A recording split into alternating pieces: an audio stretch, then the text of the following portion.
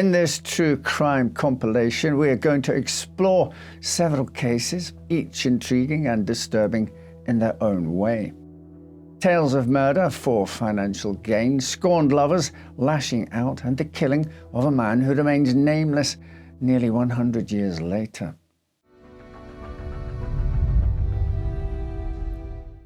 Before we begin, I'd like to draw your attention to our sister channel, Well I Never Stars, where we explore the stories of famous performers, forgotten film stars, on-set occurrences, and more.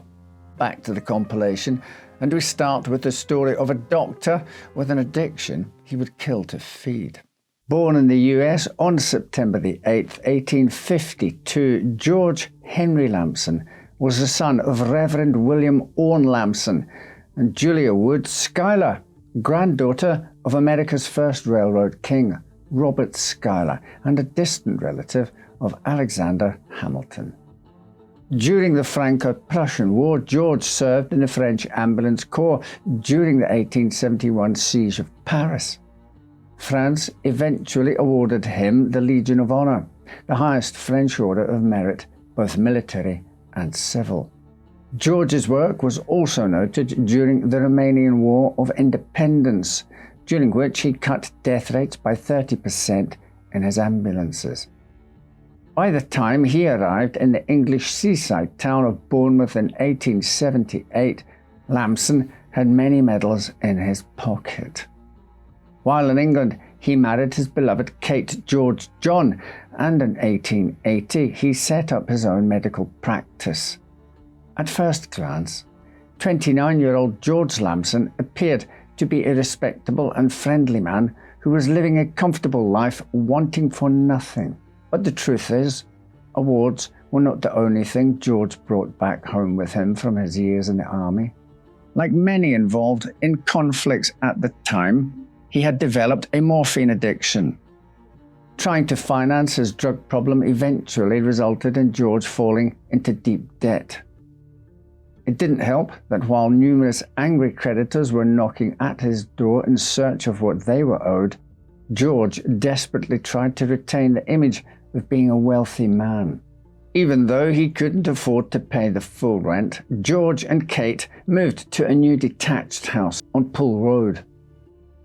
To keep the creditors at bay, every now and then he would send them letters blaming a sudden illness for the late payment and including a check that would almost definitely bounce. When banks eventually refused him further credit, George needed to come up with another plan. He needed a large sum that would not just help him get rid of his debts, but finance his addiction and lavish lifestyle. It was then that George's attention turned to someone he knew was in possession of £3,000, the equivalent in purchasing power to over $300,000 today. That someone was Percy John, Kate Lamson's brother. George had only been able to set up his own medical practice thanks to money his wife had inherited after her parents' death. As one of Kate's brothers had also passed away, the rest of the money was divided among the remaining 4 John siblings. In 1879, Kate suddenly lost another brother, meaning she, her sister, and the only surviving brother, Percy, were now in possession of an even larger amount of money. So what if Percy, whose condition already shortened his lifespan, would die a bit quicker?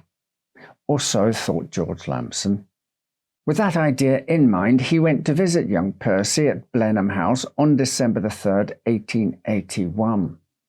There was nothing strange in George spending time with his brother-in-law, but headmaster Mr. Bedbrook couldn't help but notice the doctor's emaciated physical appearance. When Mr. Bedbrook then sat together with George and Percy for tea that evening, he witnessed more peculiarities. After the trio had finished a Dundee cake, George pulled out a box of capsules from his bag. At the time, capsules was still a new way to take medicines, and apparently George wanted to demonstrate their usefulness in Percy's treatment. While Mr. Bedbrook examined one of the empty capsules, George opened another one, put sugar inside and gave the capsule to his brother-in-law, saying, "Here, Percy, you are a swell pill taker. Take this and show Mr. Bedbrook how easy it may be swallowed." Without thinking anything of it, Percy did as he was told and swallowed the capsule at 7:15 p.m. About 5 minutes later, George suddenly got up saying he needed to hurry to the station to catch a train to Paris to visit his father.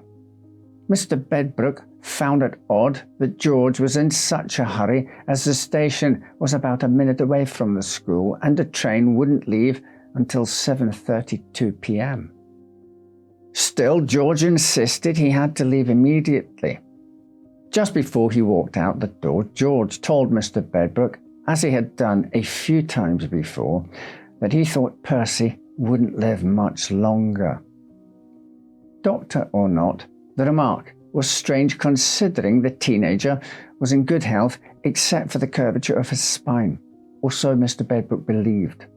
About 10 minutes after George's departure, Percy complained of heartburn, saying, "I felt the same as I did after my brother-in-law gave me a pill at Shanklin." Shanklin being a town on the Isle of Wight where Percy's other sister lived. Percy began to feel tired and was helped to his bed by a fellow student.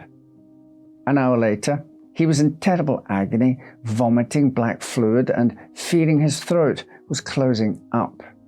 2 doctors tried to save the teenager, but soon realized there was nothing they could do except give Percy morphine to ease his pain. It was then that Percy fell into a coma and eventually died at 11:30 p.m. George Lamson had thought his plan was flawless. At the time, he had been studying in medical school. He learned that an alkaloid toxin called aconitine couldn't be detected at post-mortem examination. It should have been a perfect murder. But the problem was that over the years, forensic science had advanced and specialists managed to identify aconite from specimens of Percy's vomit. Furthermore, George had tried to confuse the only witness of the crime, Mr. Bedbrook, with the capsules. The headmaster saw Percy's capsule empty and he saw it filled with sugar his school provided. All 3 men also swallowed capsules that evening. So how could George have poisoned Percy? But Mr. Bedbrook recalled it was George who brought the Dundee cake, which had been cut into slices beforehand. It was also George who handed out the slices, so it could have been the cake that killed Percy, not the capsules. George Lamson was tried at the Old Bailey in March 1882. The whole capsule bluff proved insignificant, as the prosecution didn't focus on the subject. Instead, the jury was told such details as the £3,000 inheritance and the fact that George had bought aconitine from a London chemist only days before Percy died. In the end, the jury only deliberated for 25 minutes before returning with the guilty verdict. Dr. George Henry Lamson was sentenced to death and eventually hanged on Friday morning of April the 28th, 1882 at Wandsworth Prison. His execution having been delayed when President Chester A. Arthur intervened, asking the Home Office to grant Lamson more time so his well-connected family could put enough evidence together to prove George was insane. However, this attempt ultimately failed to gain him a reprieve. What makes the fate of Percy John even more unnecessary is the fact that after his son's execution, Reverend William Orne Lamson told a London newspaper that all George's debts could have been cleared if he just would have asked for help. Unable to swallow his pride and blinded by his addiction, George decided he'd rather become a murderer. Killing for financial gain was also the motive of Amy Archer Gilligan. Her targets entrusted their final days to her without knowing she planned to hasten them along. Amy Duggan was born on Halloween 1873 in Milton, Connecticut. Little is known about her early life, though she did appear to be well educated and had gained much experience caring for her disabled sister, who was permanently injured by a jump or a fall from a second-floor window. Amy married James Archer in 1897 and had her only child, a daughter, whom she named Mary the same year. In 1901, the couple was hired by an elderly widow named John Seymour in Newington, Connecticut. The Archers moved into Seymour's large home and cared for him until he died in 1904. Following his death, Seymour's heirs agreed to convert the residence into a boarding house for the elderly, with the Archers paying rent to the Seymour family and providing care to the other boarders in exchange for a fee. The facility became known as Sister Amy's Nursing Home for the elderly. In 1907, John Seymour's heirs sold the boarding house and the Archers turned to the next venture. The family moved to Windsor, a picturesque hamlet on the northern border of Hartford. Using their savings from their time as caretakers, John and Amy purchased a 3-story brick home on a quiet street near the centre of town. The couple then converted 37 Prospect Street into a small boarding house they dubbed the Archer Home for Elderly People and Chronic Invalids. There, they had fewer than 10 boarders at a time and quickly gained a stellar reputation for their care. Amy was said to be attentive, kind, and compassionate, often rising in the middle of the night to check on her boarders and offer tea and tonics.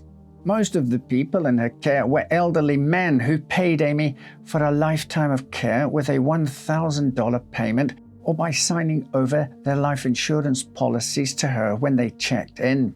These were not small amounts of money, but offered one of the only alternatives to crowded dormitories at old age homes or, heaven forbid, almshouses. Almshouses were charity-run homes for the poor, elderly, and others in need. While a good idea in theory, a lack of regulation led to widespread abuse and neglect, with stories of those suffering mental illness being chained to walls and the elderly being worked to death. However, death is not an uncommon visitor, even in the best care homes. At the Archer home, one boarder died in 1908 and another in 1909. Then, in 1910, James Archer died at age 50 of Bright's disease, an old medical term that refers to kidney disease. According to some sources, Amy had purchased a life insurance policy for her husband weeks before his death, though if he were ailing from natural causes, few women who faced losing their home and businesses would do otherwise. The policy enabled Amy to keep 37 Prospect Street, and by late 1913, she had found a new husband who was both smitten with her and interested in investing in her boarding house. Michael W. Gilligan was a widower with 4 adult sons and was reportedly quite wealthy. At just 56 years old, Michael should have enjoyed many happy years with his bride. But just 3 months after their wedding, Michael Gilligan was dead. The official cause of death was recorded as valvular heart disease and acute bilious attack, a catch-all term for digestion or stomach problems. After their father's death, Michael's sons were shocked to learn that he had left his entire estate to Amy. Now, in the space of 3 years, Amy had benefited from the death of 2 husbands, and people were starting to notice. Not only were Amy's husbands dying, but her boarders were also passing away at a suspiciously high rate, even for an elderly care home.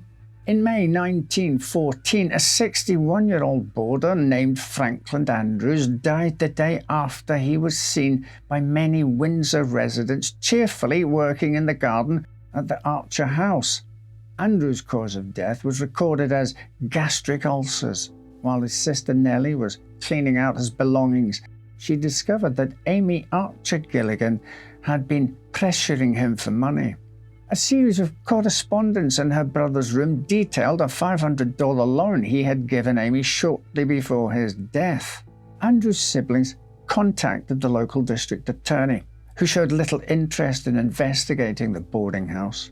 But a newspaper, the Hartford Courant, was eager to dig up dirt on the home for the elderly and began its own investigation. Carlin Gosley, the Courant's obituary writer, had already noticed he frequently wrote for Archer House residents. After James Archer's death, 48 residents had died between 1911 and 1916 alone. The bodies were always removed at night and, in at least 2 cases, were taken to Hartford without proper permits. The Courant also discovered that Amy had previously purchased arsenic from a Windsor drugstore multiple times, supposedly to kill rats and bedbugs.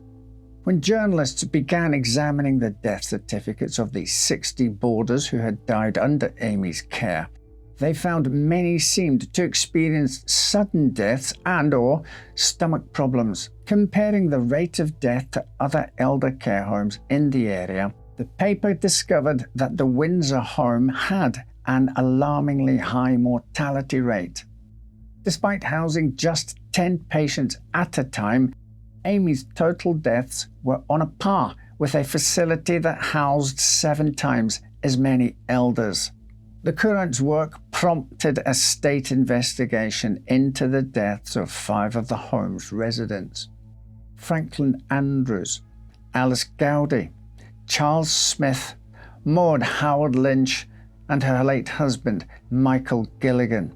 Their remains were exhumed and all 5 bodies showed signs of arsenic or strychnine poisoning. While arsenic was frequently used in small amounts by embalmers at the time, that didn't explain what investigators found in Amy's boarders. Franklin Andrews' stomach contained enough arsenic to kill several people.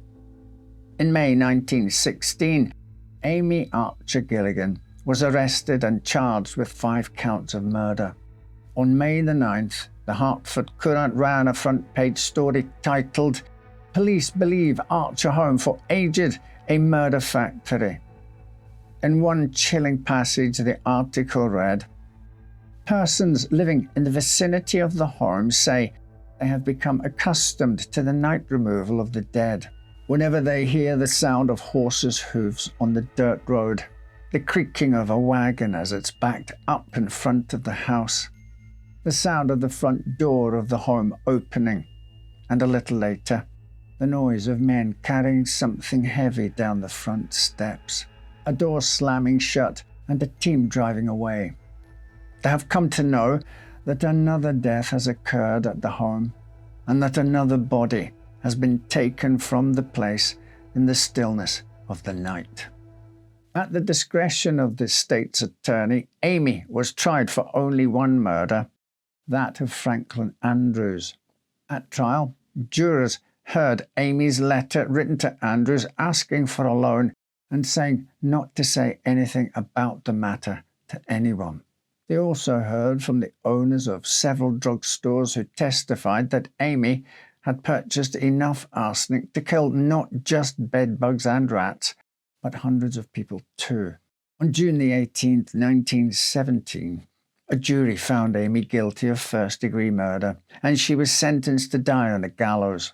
When the ruling was referred to the Court of Errors, they found that prosecutor Hugh Alcorn had disobeyed one of the judge's directives, and Amy was granted a second trial. This time around, she claimed insanity, stating she was a morphine addict. She explained that over the course of 3 years, she had purchased some 20,000 morphine tablets. Her daughter Mary and sister Catherine also supported this claim. However, she would ultimately plead guilty to second-degree murder, avoiding the death penalty, instead being sentenced to life imprisonment. Amy was only in her mid-40s when she began serving her life sentence at the state prison. She lived until she was 89, spending her final years at the state mental hospital in Middletown. By the time she died in 1962, most of the people associated with her case were long gone. But her story remained infamous, having been immortalized in the play Arsenic and Old Lace by Joseph Kesselring, who had read about Amy as a child. Kesselring traveled to Connecticut, where he interviewed witnesses and pored over court records. The result was a macabre comedy in which Amy was transformed into two Brooklyn spinsters who murdered elderly gentlemen with arsenic-laced wine and buried them in the cellar.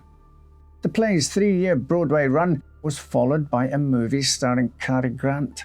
Though few now would recognize the name Amy Archer Gilligan, her crimes have been immortalized in the theatre and on the silver screen. Yet beyond the stage lights, her story is a cautionary tale, a stark reminder of the depths to which human depravity can sink. In the end, Amy's name may fade from memory, but the shadows of her crimes will forever linger, casting a somber pall over the frailty of trust and the darkness that dwells within the human heart. The theme continues with our next case, wherein a man seeking a salacious encounter was instead lured to his untimely demise. The forensic surgeon, Paul Bernard, who carried out the post-mortem examination, concluded that the victim, who was between 35 and 45 years old, had been killed by strangulation 3 to 5 weeks earlier. The man had been tied with 7 meters of rope, and his head had been wrapped in black oilcloth before being placed in a trunk that was used to transport the body.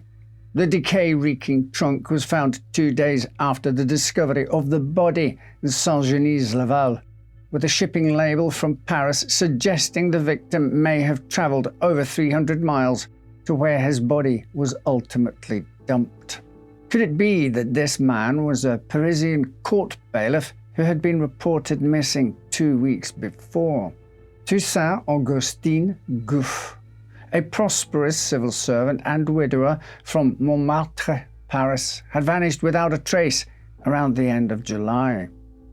On July the 27th, the bailiff's concerned brother-in-law contacted the police, but nothing much was initially done. The Paris Exposition Universelle, a World's Fair, was in full swing at the time, and it wasn't unusual for someone to get swept up in its grandeur and become sidetracked. Toussaint Augustin also had a reputation for being a womanizer. Perhaps he had forgotten time during his shenanigans. But as days passed without any signs of the bailiff, the authorities had to admit something was wrong. And then the body turned up near Lyon with a connection to Paris. After hearing the news, the chief of the Paris Sûreté, Marie-François Goron, telegraphed a description of Toussaint Augustin Gouffe to Paul Bernard. The doctor, however, found very few similarities between the cadaver and the missing man. Both reportedly had large and strong teeth and a missing upper right molar, but the corpse was an inch shorter than the bailiff and had black hair, while Toussaint Augustin had chestnut brown. At 49, the bailiff also didn't match the estimated age of the victim. But to be sure, Gouffe's brother-in-law was sent to Lyon to take a look at the body. The poor man couldn't recognize the badly decomposed corpse as the husband of his late sister, so the authorities had no other choice than to bury the unidentified murder victim in an anonymous pauper's grave and hope more clues would emerge. Weeks passed without progress in the search, but then, in the autumn, Chief Goron received a tip that reignited the investigation. According to an anonymous source, the bailiff had been seen shortly before he vanished at the Brasserie Gutenberg with a man named Michel Héron and his mistress Gabrielle Bompard. 46-year-old Michel was a known con man who made a living from fraud and other shady deals, while 21-year-old Gabrielle had worked as a sex worker before Michel took her under his wing. The pair had been living in an apartment at number 3, Rue Tronçon du Coudray in Paris before leaving for America, a day after Toussaint Augustine Gouffe disappeared. Furthermore, when the shipping label on the trunk was compared to the records of the Gare de Lyon railway station in Paris, the investigators learned it had been shipped to Lyon on July the 27th. The same day, the murder victim was reported missing. As more and more links between the unidentified victim and the bailiff were uncovered, Chief Goron called for the body to be exhumed. The authorities in Lyon felt that digging up and re-examining the remains would be a waste of time. This man had been dead for almost 4 months. Surely it was impossible to make an identification after such a long time. Chief Goron eventually got his way, however. The body was exhumed and a second autopsy began on November the 13th, 1889.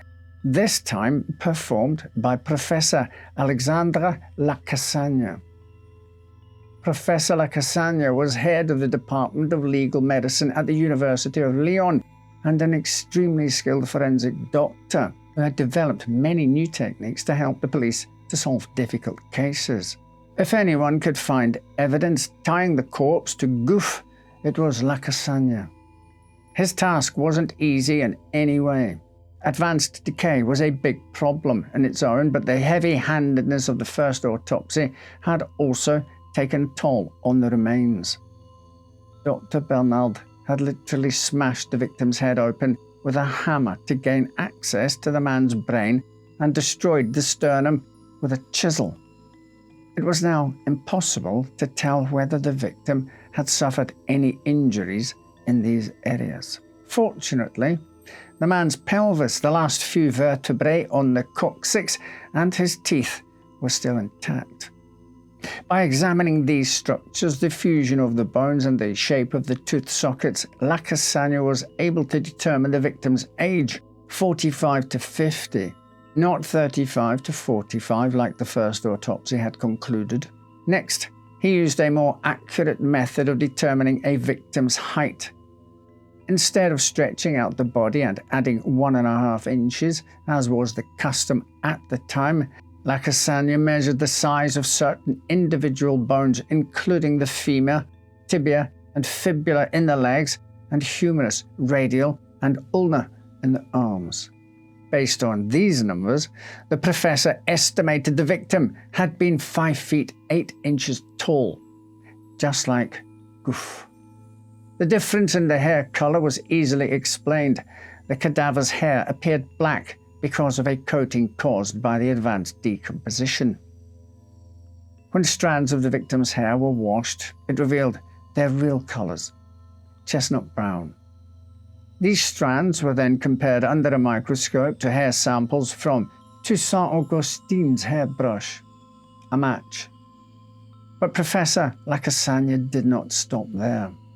He proceeded to examine the victim's bones and discovered an old injury, something that had happened long before this person died. As he looked at the man's right heel and ankle bones, he noticed discoloration. Upon examining the inner surfaces of the joint, the professor saw that the bones were grainy, coarse, and dented, suggesting that the victim had suffered an ankle injury that hadn't healed properly. When Chief Goron interviewed Gouffe's family members, the bailiff's father recalled that his son had broken his ankle as a toddler. Satisfied with his findings, Professor Lacassagne wrote in his report that the body found in Millery indeed is the corpse of Monsieur Gouffe. Following the identification of the body, the investigators worked to uncover to whom the trunk found in Saint-Genis-Laval belonged. A replica of the box was displayed to the public, and soon someone recognized it as the work of a trunk maker in London.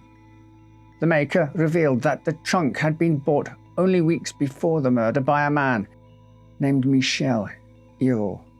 A manhunt across North America ensued, with officers following Michel and Gabrielle as they fled through New York, Quebec, Vancouver, and San Francisco. The pair eventually separated, and Gabrielle decided to return to France, where she was promptly arrested on January the 22nd, 1890.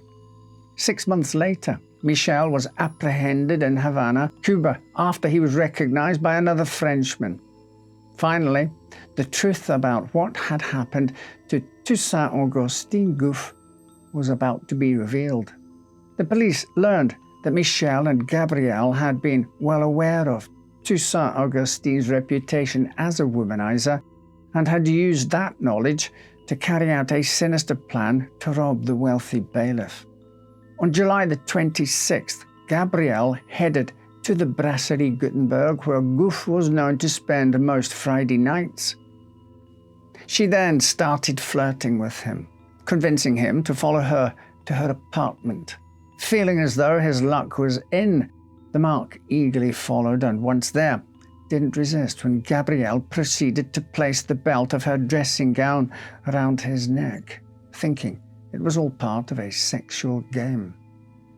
It was then that Michel, who had been hiding behind the curtains, grabbed the belt, quickly attached it to a rope in a pulley fixed to the ceiling, and pulled hard.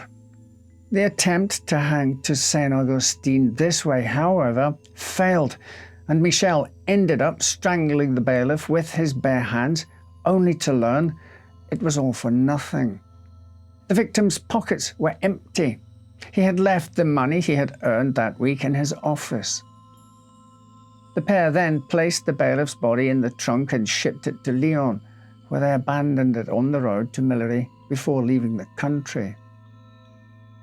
The sensational trial of the Gouffe Affair was held on December 1890, during which Gabrielle's defense claimed she had been an involuntary accomplice in the crime. It was claimed that Michel forced the young woman to take part in the murder by using hypnosis. While such a defense maneuver wouldn't do the trick today, it seemed to help Gabrielle Bombard's case. She was sentenced to 20 years in prison. In turn, Michel Hirault was given the death penalty, and on February the 3rd, 1891, he met his fate at the sharp end of the guillotine's blade at Place de la Roquette. If it hadn't been for Professor Alexandre Lacassagne's remarkable work, which was described as a masterpiece, the most astonishing that ever had been made in criminology, the Gouffe Affair might never have been resolved. Today, many of the professor's forensic methods are still in use, with many dubbing him the father of scientific criminal investigation. Our next case also involves a man being lured in by a nefarious bad actor. Instead of financial gain, however, this one was looking for a new life. Alfred Arthur Rouse was born on April the 6th, 1894, in Herne Hill, London, to an English father, Walter, a hosier, and an Irish mother who was said to be an actress. When Alfred was 6 years old, his mother abandoned the family, leaving his father overwhelmed and inattentive, which resulted in Alfred and his siblings being raised by an aunt on the father's side. Despite this life-altering event, Rouse was a well-behaved child. He attended a local council school where he was said to have been bright and athletic. He was also a member of the Church of England and later became a sacristan at St. Saviour's Church in Stoke Newington. At 14, Rouse left school and worked briefly as an office boy before securing a more stable job at a textile manufacturing firm where he remained for 5 years. During this time, he took evening classes to further his education and discovered a talent for music. He learned to play the piano, violin, and mandolin, and became known for his rich baritone voice, which led him to perform regularly at these classes. During his time at the manufacturing firm, Rouse began attending more social events, and at a dance, he met a young woman named Lily Mae Watkins, the pair starting a relationship shortly thereafter. In 1914, their pairing would be interrupted by the outbreak of World War I. Alfred enlisted in the army, but before he was sent to the front lines, he and Lily were wed. He served with distinction in France, but was severely injured during the Battle of Festubert when an explosive shell detonated near him. Shrapnel entered his leg and head, rendering him unconscious for days. His wounds would lead to him being hospitalized for nearly a year, with long-term effects on his mobility and memory. After returning to England, Rouse struggled with recovery. His military pension was increased several times due to his ongoing disabilities. By 1919, doctors noted improvements in his leg injury, but Rouse still struggled with a psychosomatic issue that limited his knee movement. This too eventually improved, and his pension was reduced. By 1920, it was terminated entirely. During his recuperation, Rouse became active in a local tennis club and took up various jobs, many of which involved vehicles. He gained skills as a mechanic and resumed a more physically active life. It was during this time that his promiscuity became increasingly evident. His travels across the country, thanks to his job as a commercial traveller, gave him ample opportunity to engage in numerous affairs. He presented himself as a wealthy single man to women from poor backgrounds, many of whom he seduced and abandoned, leaving several of them with child. This included a 14-year-old girl named Helen Campbell. She was left to give birth alone, but the newborn would sadly pass away. Rouse would return, however, and when he got her pregnant for the second time, 2 years later, he promised to marry her. He stuck to his word, though not legally. As the pair married and he moved his new unknowingly bigamous wife and new son, Arthur, into a flat in Islington, 10 miles away from his actual wife in Barnet. He told both women that his job position had changed and so he would be home less often. Rouse managed to carry on this charade for some time until it finally became too much and he revealed the truth to both Helen and Lillian. Amazingly, they both accepted the situation to a degree. Lillian suggested that she and Alfred should take Arthur so Helen could move on with her life, and Helen agreed. Rouse fathered multiple illegitimate children, and by the end of the 1920s, he was facing several child support cases, including one back in Paris. So it seems this behavior wasn't a symptom of his head injuries. His most notable affair was with a domestic servant named Nellie Tucker, with whom he had already fathered one child and was expecting a second. By mid-1930, either due to his indiscretions catching up with him, mounting financial issues, or both, Rouse decided he wanted a fresh start. It was around this point that he began devising a devious plot.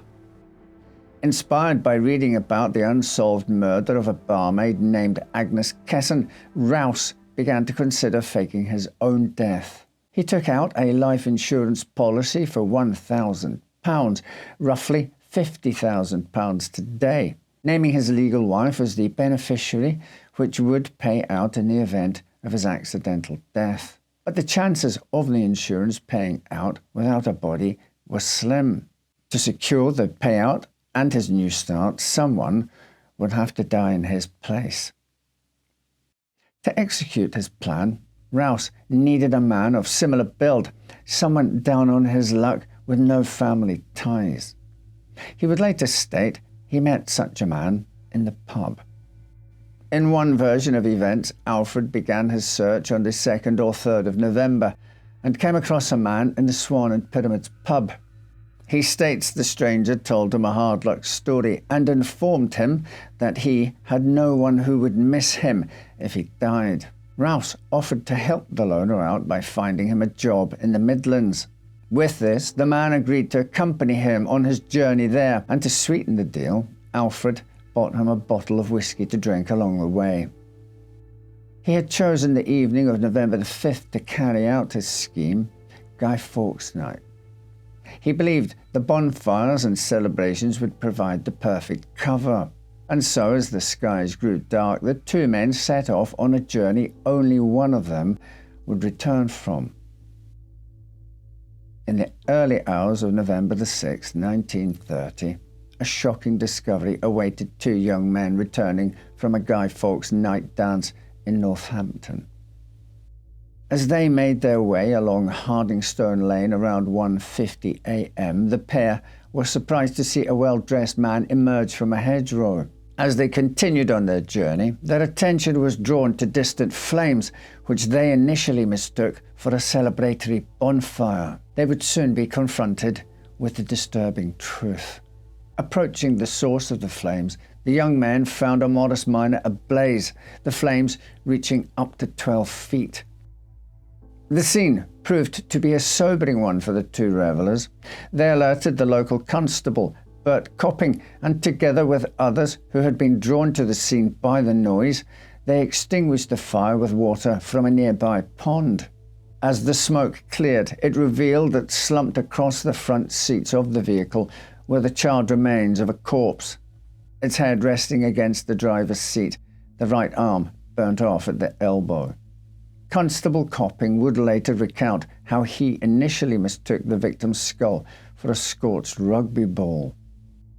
Nearby lay a wooden mallet with 3 human hairs attached to the face. The fire had wrought havoc on the vehicle, but the number plate remained largely intact, revealing the car's owner to be Alfred Arthur Rouse. Initially, the incident was believed to have been a tragic accident. A petrol can sat on the seat behind the body, its cap loose. Investigators theorized that this may have ignited when the deceased had tried to light a cigarette. The day after the incident, the remains of the car were moved to the side of the road and the body taken to Northampton General Hospital. Officers then attended the house the car had been registered to, where they were met by Lily Rouse, who informed them that her husband had left on a business trip around 8 p.m. the previous night. She went on to explain that he always travelled alone. While the body was too charred to identify, she was shown a wallet and scraps of clothing that had survived the blaze. Lily told police she believed they belonged to her husband. For a brief moment, it seemed as though Alfred's plan had worked. However, things soon began to unravel. The investigators' initial belief of the incident being an accident took a blow when further checks on the remains revealed that what remained of the clothing had been saturated with petrol. By this stage, the police had also been made aware of the man seen walking away from the scene the night of the blaze, and they quickly made it their priority to find out who he was. The man was, of course, Alfred Rouse. After setting the fire, he said to have quietly returned home to collect items before leaving again and travelling by a mixture of hitchhiking and public transport to a small coastal village in Wales called Penbryn. There, he met with another of his mistresses, a woman named as either Ivy or Phyllis Jenkins. There are differing accounts that state that he had either told her he planned to marry her, or the pair had already gotten married, bigamously. Upon arriving, he told her that the journey had taken him 18 hours, as he had stopped off in Northampton where his car had been stolen. This lie would ultimately lead to his downfall. The next day, newspapers began running with the story along with photos of the wreckage. Clearly visible in the images was the car's number plate. Ivy recognized the registration and immediately informed Alfred about the fire and the body found in his car. His reaction was to tell her to ignore the matter entirely, but Ivy's family insisted he inform police that he was still alive. Perhaps surprisingly, given his actions up to this point, he eventually backed down and attended a local police station to inform the authorities he hadn't died in the car fire. With this, he was promptly told he had to return to London immediately. As he stepped off the coach there, he was approached by officers who he told, quote, "I'm glad it's all over. I'm responsible," end quote. Not long after, Rouse was taken to Northampton to face questions from investigators there. He was initially quite talkative and seemed almost proud as he spoke of the many affairs that had led to his current financial difficulties. Quote, "My harem takes me to several places, and I am not at home a great deal," end quote. With mounting evidence against him, Rouse was charged with the murder of the unknown man, and his trial began on January the 26th, 1931. There, the two men who first happened upon the fire confirmed Alfred was the man they had seen emerging from the bushes. The prosecution were able to bring forward no end of people willing to denounce his character. No doubt, many of his so-called harem. Famous pathologists Sir Bernard Spilsbury and Dr. Eric Shaw spoke of their belief that the unknown man had been clubbed over the head with the mallet found near the scene and rendered unconscious. He was then bundled into the car, doused in petrol and set ablaze. They stated he may have been alive for up to 30 seconds while his body burned. A mechanic who had been tasked with scrutinizing the remains of the vehicle said he believed a pipe leading from the petrol tank to the carburetor had been loosened in order to allow petrol to flow into and below the vehicle.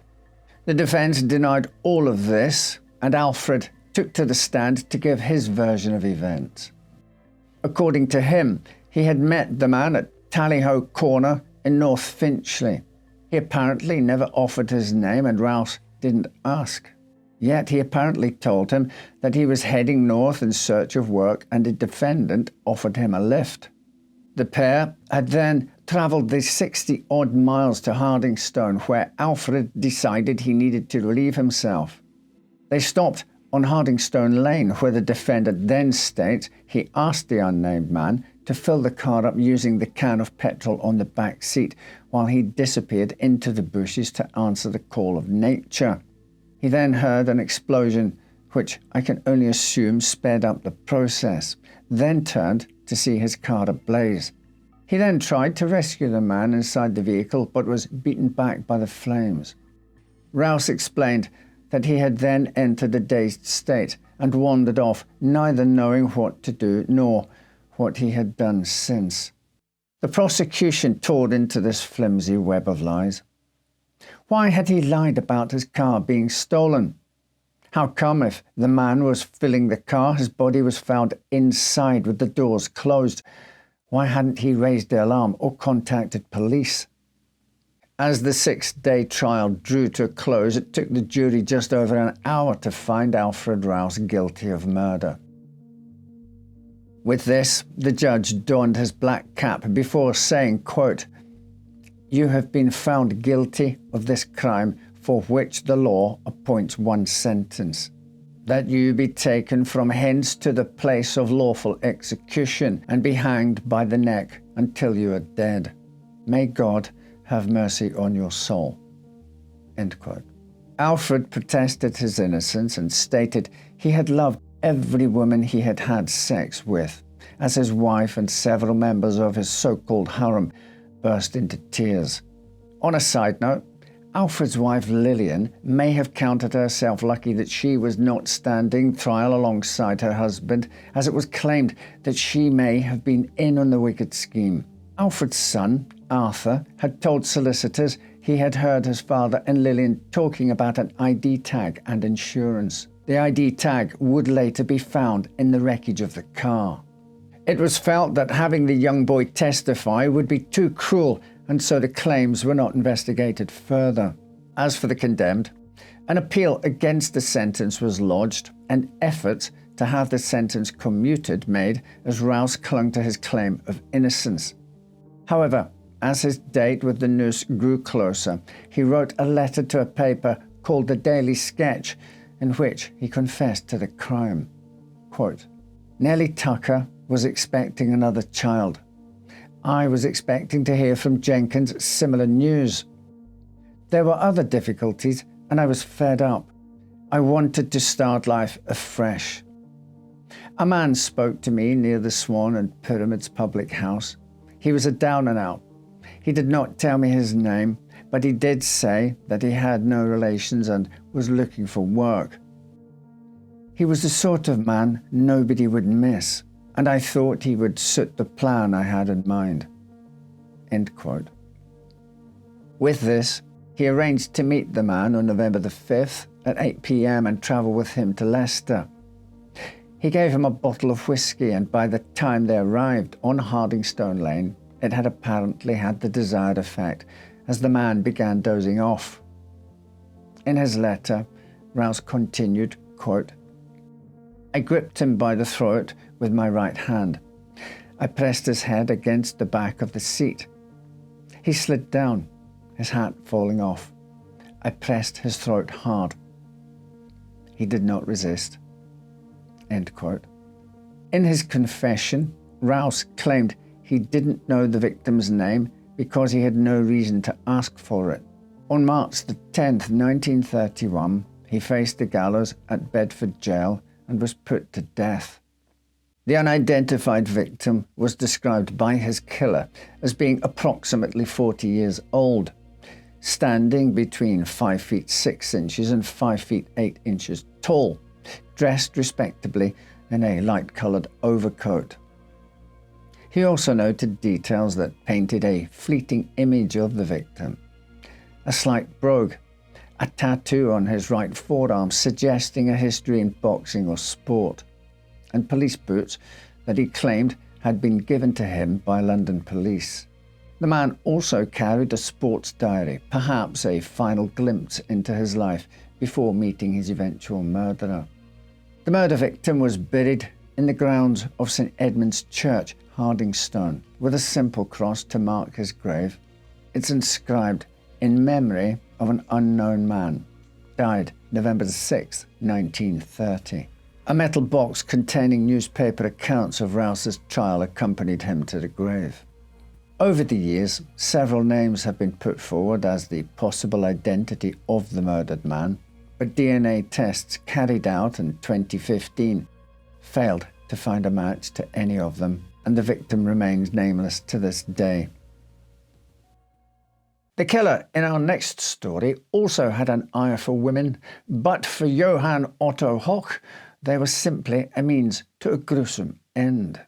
Hoch was born Jakob Schmidt in Hohweiler, Germany, around 1855. During his life in Europe, he tried his hands at several jobs, most notably working in several chemist shops where he developed a deep knowledge of drugs and poisons. He married, and he and his wife had several children before he upped sticks and deserted them and fled to the United States. It's possible that Schmidt arrived in the States as early as 1883, but he claimed he immigrated in 1895. That was the same year he turned up in Wheeling, West Virginia, calling himself Jakob Huff. In Wheeling, he opened a saloon that catered to the local German population with beer, zither music, and traditional drinking songs. Reverend Herman C. A. Hass noticed that Huff spent much time pandering to the wealthy German-speaking widows who were members of Hass's congregation. Ultimately, he wooed a middle-aged widow named Caroline Hoch, and the couple were married in April. 3 months after exchanging vows, Caroline died following a horrific illness. In her last days, Reverend Hass was summoned to her bedside, where he observed the man he knew as Jakob Huff treating his wife with a white powder. Caroline seemed afraid of him and was reluctant to take the medicine he offered. Hass was so sure that Caroline was being poisoned by her husband that he asked a local physician to examine her. But when he and Dr. Ackerman returned to the sick room, Huff turned them away, insisting that his physician, Dr. Ford, was managing her medical care. Not wanting to overstep his boundaries and interfere with the work of another physician, Ackerman bowed out politely. However, He was greatly concerned by the woman's condition. Her hands were swollen, her stomach distended, and she vomited continuously. The following day, Caroline Hoch died. Her new husband cleaned out her bank account, sold their house, collected her life insurance benefits, and disappeared. Reverend Haas never believed that Jakob Hoff had committed suicide, as the clothing and small personal effects left deserted on a riverbank pointed to. So when a musician visiting the church told him he had seen Hoff in Janesville, Ohio, with a woman on his arm, Haas knew his suspicions were correct. For years, the clergyman followed his target's movements through obsessive newspaper reading. There was a clipping about a man named Otto Hoch, who married a woman in Dayton, Ohio, only to desert her days later, taking her entire life savings with him. In 1897, there was a story describing a Cincinnati woman's death 3 months after marrying a zither player. Another announcing the marriage of a Jakob Otto Hoch in Milwaukee. In 1898, Haas read an account of Martin Dotz in Chicago, who had been arrested for bigamy and swindling a used furniture dealer. The description printed of the crook matched the man he had known as Jakob Hoff to a T. The Reverend wrote to the Chicago police explaining the strange death of Caroline Hoch and sharing his suspicions that Martin Dotz and Jakob Hoff were one and the same.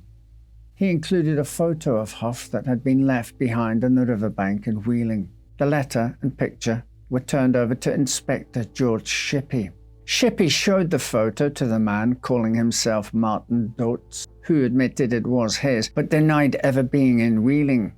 The inspector also interviewed the used furniture dealer who had brought charges against Dotz.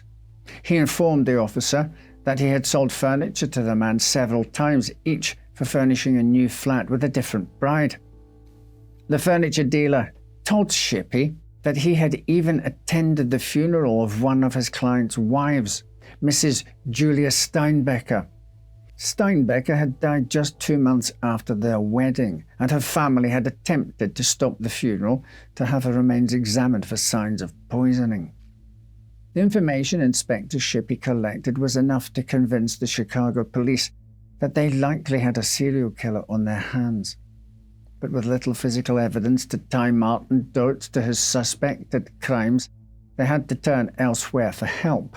The chief of detectives wrote to Haas and confirmed that their bigamist, a criminal whose most often used alias was some iteration of Johann Otto Hoch, was likely swindling and possibly killing wealthy widows in Chicago. They advised Haas to pursue an indictment in Wheeling by presenting his evidence and their letter to the state's attorney general. On November 14, 1898, the body of Caroline Hoch was exhumed for autopsy, but her vital organs had been removed, and with them all possible traces of poison. In 1900, Johann Hoch was taken to Wheeling to face a murder charge, but without proof of poisoning, the case was hopeless.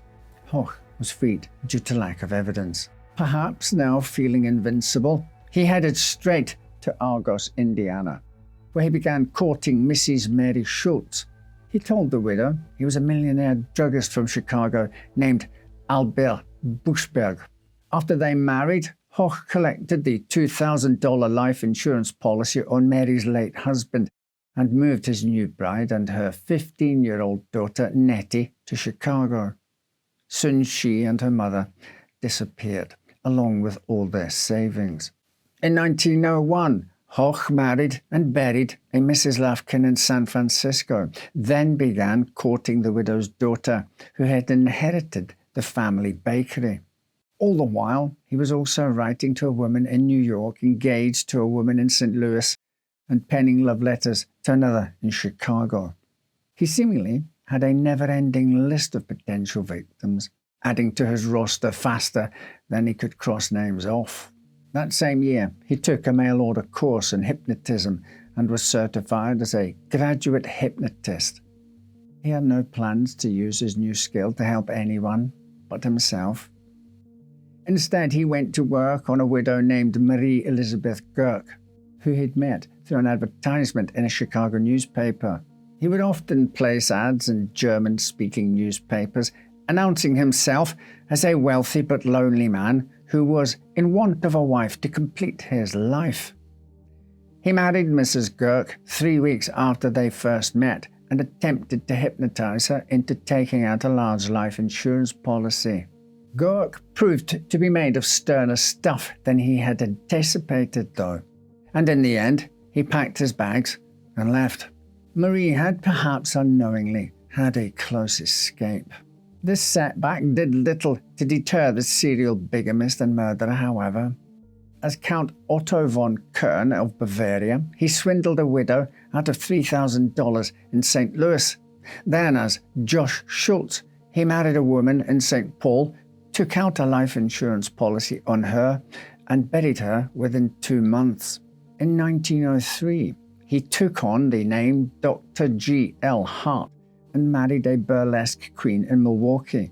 He attempted to chloroform her, but was forced to run when she fought him off. In November 1904, he returned to his favorite hunting ground, Chicago.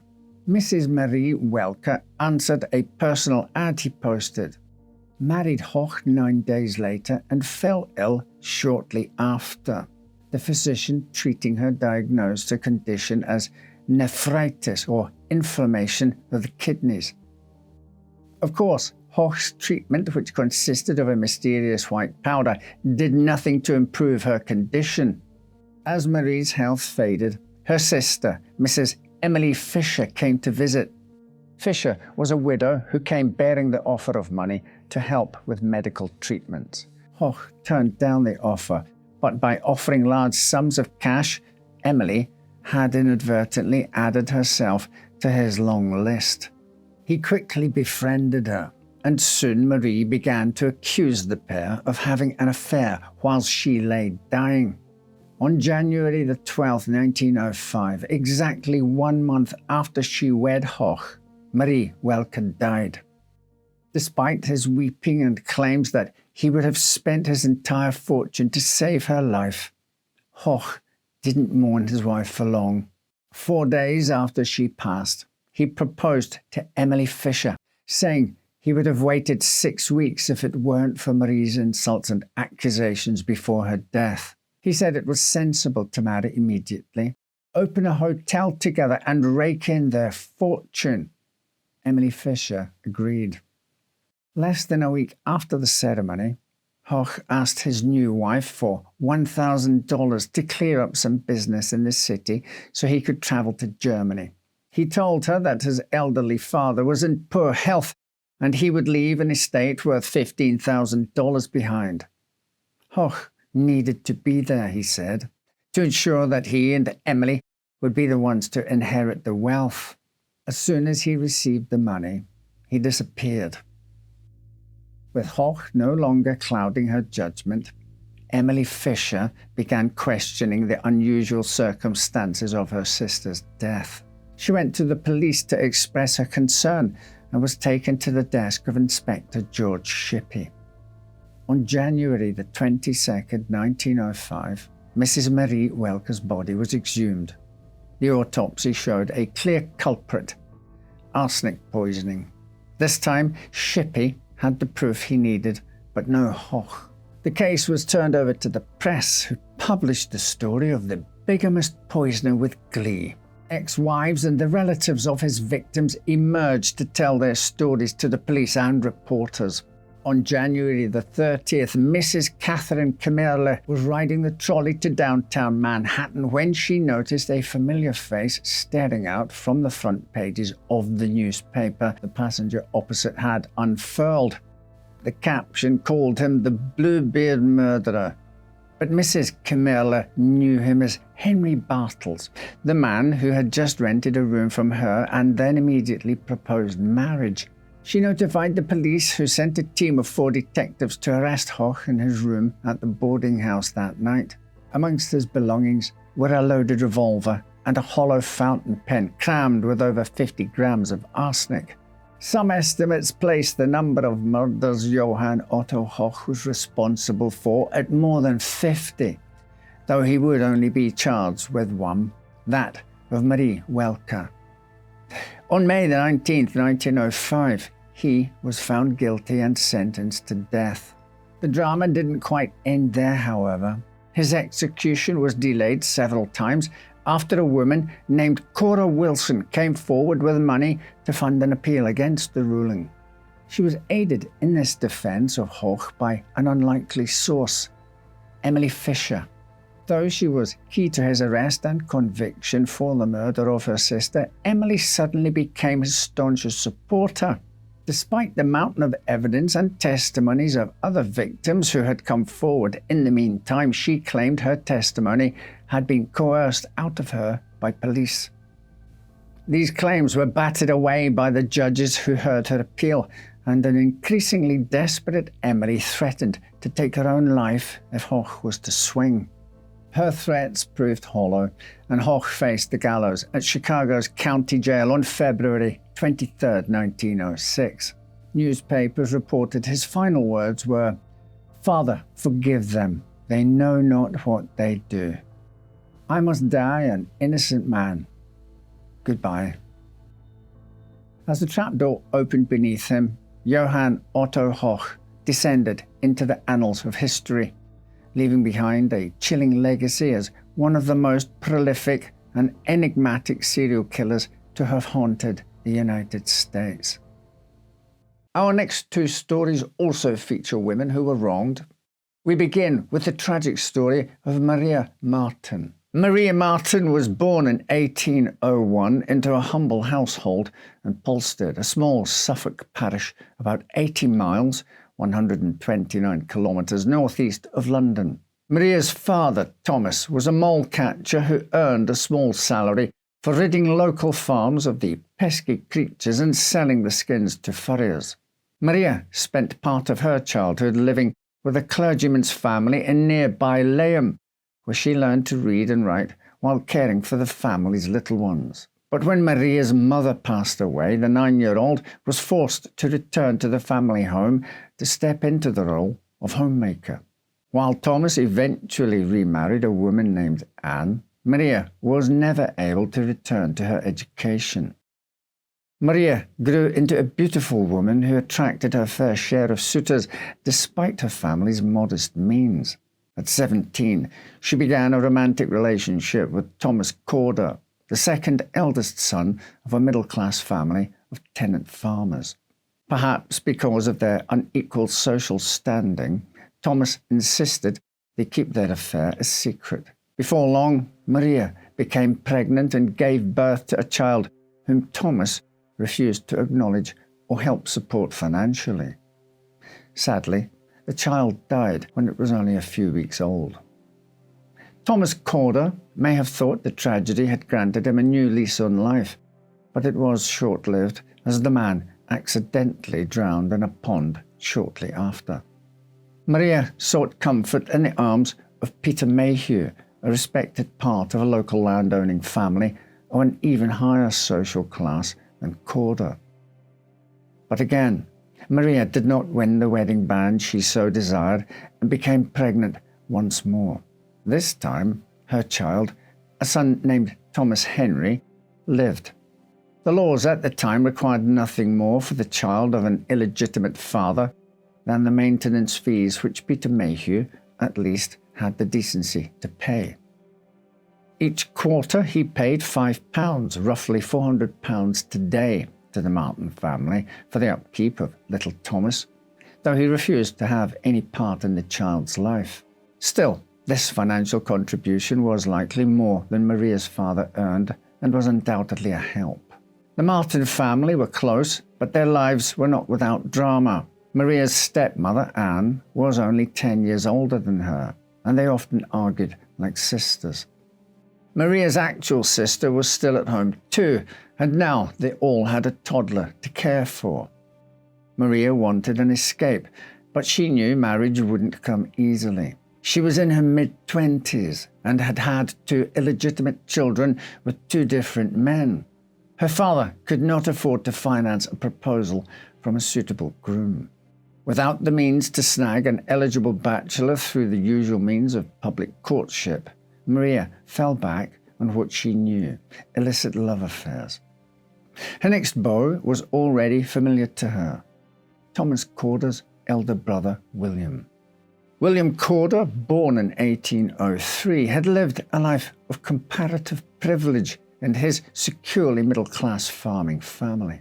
As a boy, he'd attended a boarding school in Hadley, where he excelled academically. But his early adulthood was riddled with tragedy. After his father died, William's mother and her 6 children were left to manage their farm alone. After Thomas drowned, 2 other Corder brothers, James and John, both died of unknown health conditions less than 18 months later.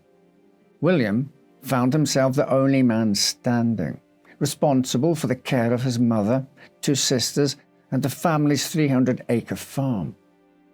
While he was handsome and scholarly, he also had a reputation for haughtiness and dishonesty.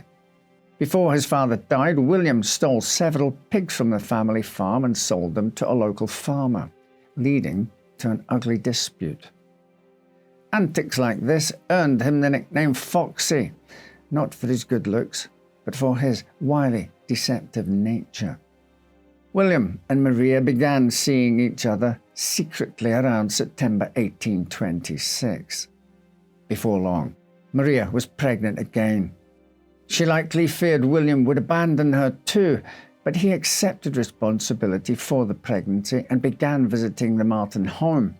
Maria's stepmother, Anne, disapproved of the match, but Maria seemed to genuinely love William. Plus, as the now owner of a successful farm, William offered an appealing financial advantage. By the time Maria's baby was born, he had promised to marry her, and Maria was confident all of her troubles would soon be over. Tragically, their baby lived only a few weeks, and the couple buried their child in the fields outside of Sudbury. But the death did not seem to deter William's affections. On May the 18th, 1827, William visited the Martin household and laid out a plan to Maria and her stepmother Anne. He said that he'd heard the parish constables were considering arresting Maria for having illegitimate children.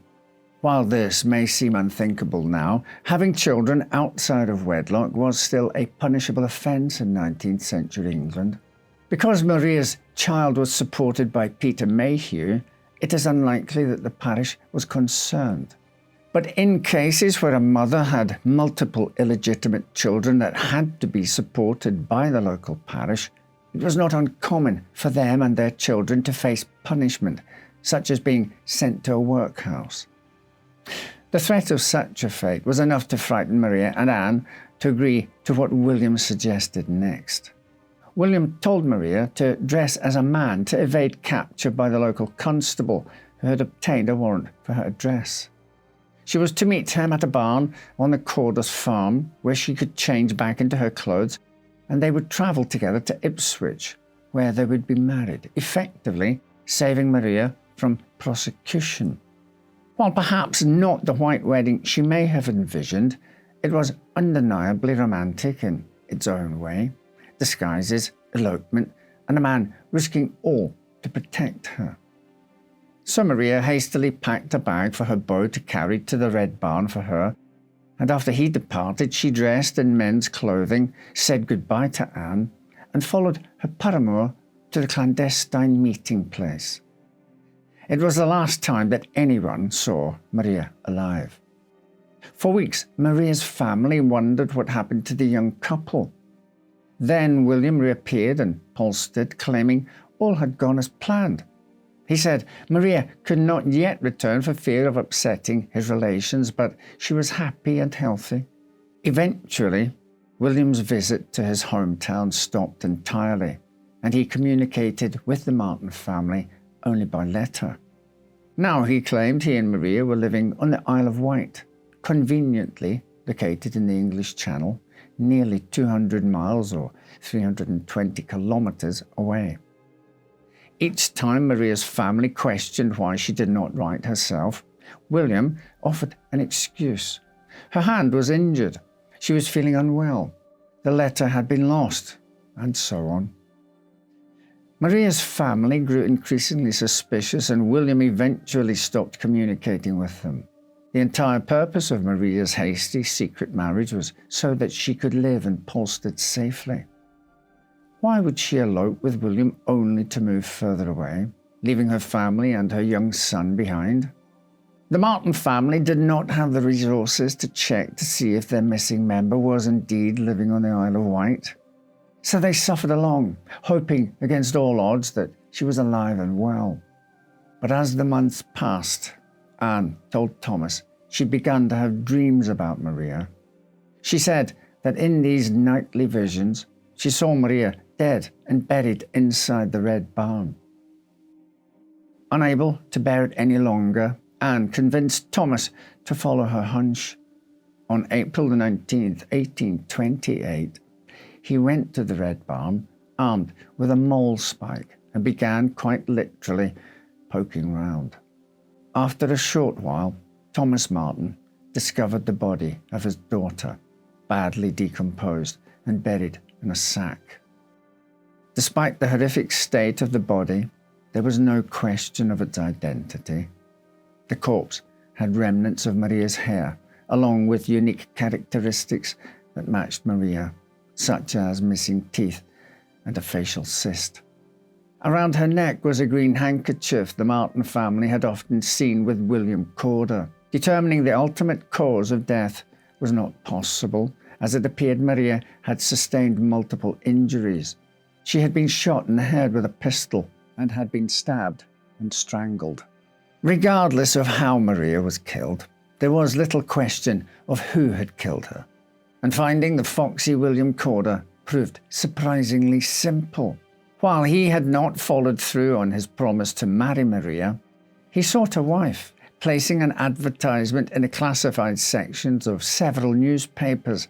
William's request for a female of respectability, willing to confide her future happiness in one every way qualified to render the marriage state desirable, received nearly 100 responses. Now he and his selected bride were running a girls' school in Brentford, near London.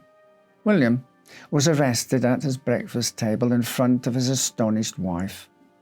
Though he claimed to have no knowledge of Maria Martin, a hasty search of the house unearthed a pair of pistols, letters from a Polstead friend warning about the discovery of Maria's body, and a passport from the French ambassador, likely obtained in case he needed to flee the country.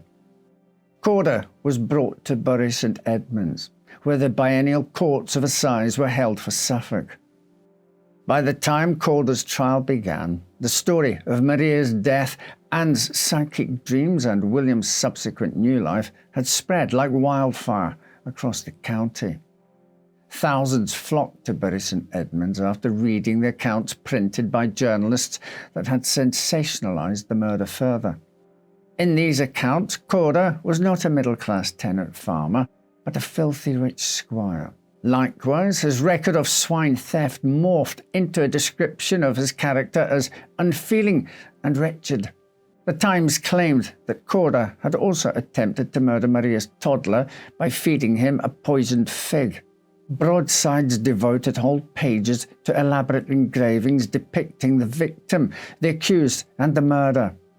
Peep shows at a local travelling circus showed scenes of the murder and Anne's prophetic nightmares.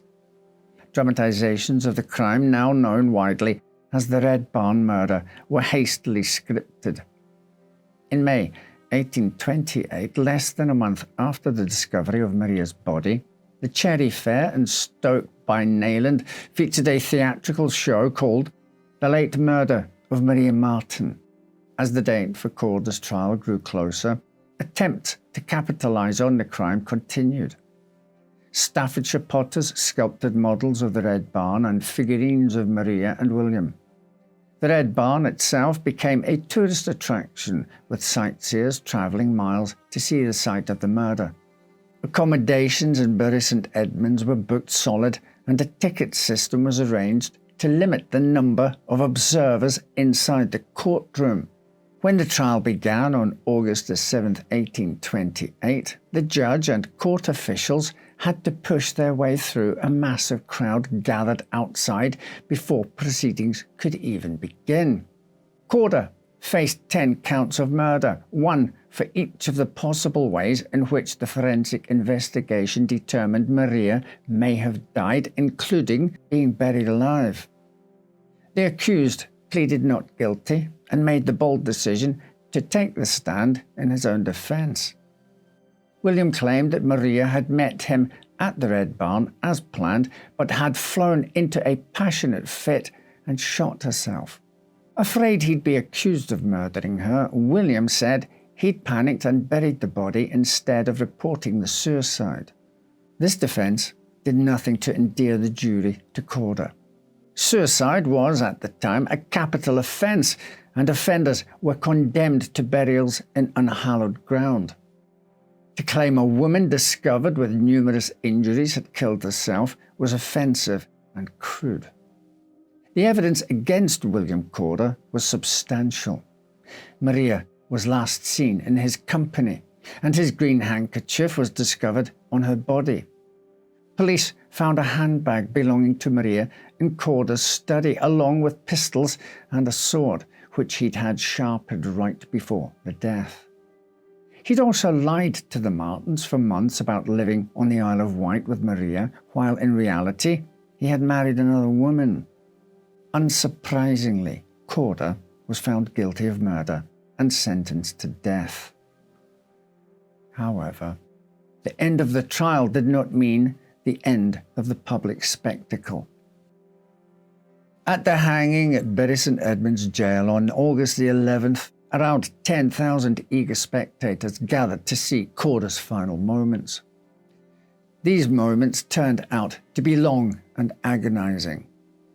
The condemned survived the initial fall from the scaffold, and the executioner was forced to use his own weight to speed up the death. Still, Corder twitched and kicked for nearly 10 minutes before finally dying.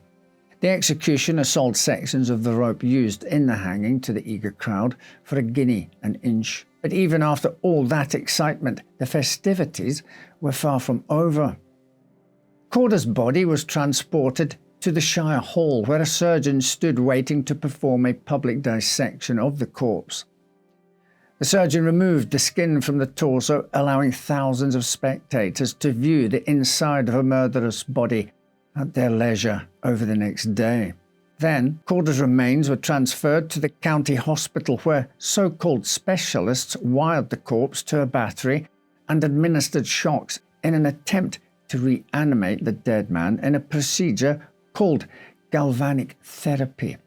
Corder's skull was given to phrenologists who claimed the areas associated with secretiveness, acquisitiveness, and destructiveness were larger than average, while the area where benevolence was thought to reside was underdeveloped. At some point, William Corder's skeleton was passed along for use as an anatomical aid at a surgical school.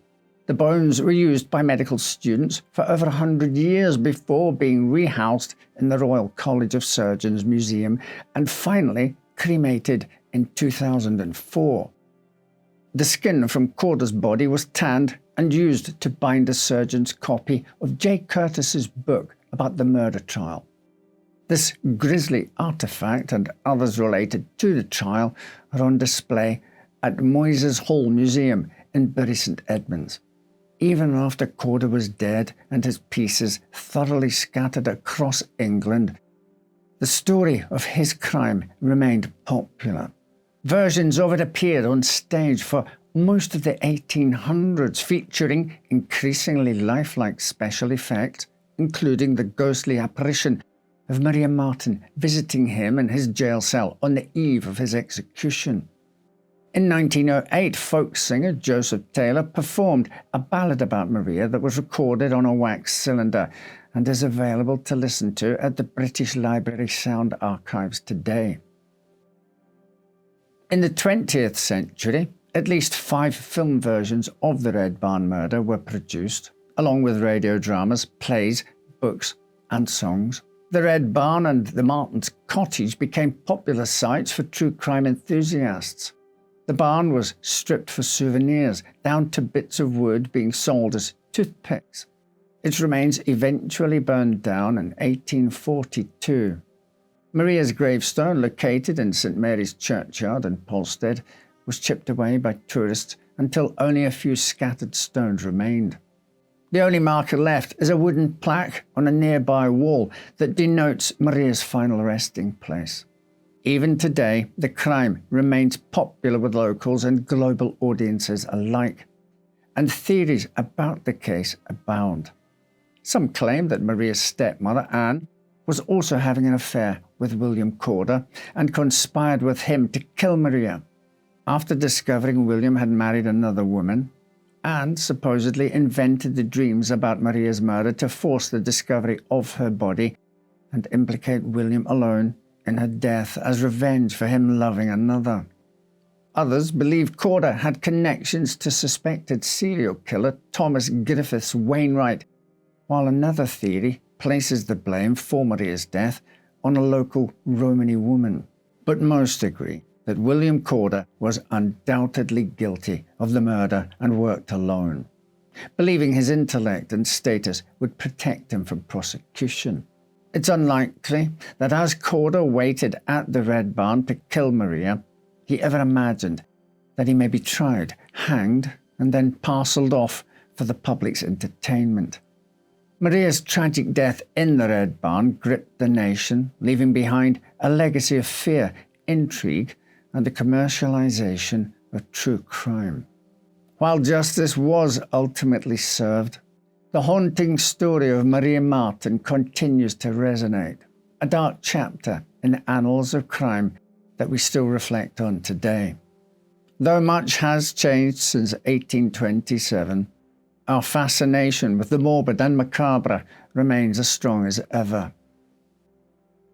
Maria Barbella was also wronged by a man with whom she believed her future lay.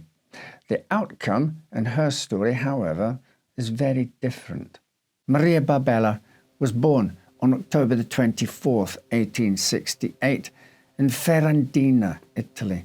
Although the landscape was idyllic, her family endured severe financial hardship in the late 19th century. In 1892, they and 24-year-old Maria emigrated to New York City, lured by the promise of better job opportunities. They settled in the Mulberry area, where Maria found work as a seamstress, but unfortunately, life in America proved to be far harsher than they had imagined. The Barbella family, like many immigrants, faced discrimination, exploitation, and a daily grind of survival in a new and unforgiving land. Maria's work days in the factory were marked by long hours, meagre pay, and little respect from her male counterparts. As bad as things already were, they would take a dark turn when she met a man named Domenico Cataldo. In the fall of 1893, as Maria Barbella walked home from her job as a seamstress in Manhattan's Little Italy, she began lingering at a shoeshine booth on Canal and Lafayette Streets. The man behind the booth, Domenico Cataldo, was an Italian immigrant like herself, and it didn't take long before the two began chatting. Cataldo boasted about the money in his bank account, $923, a small fortune, and hinted at his desire for marriage.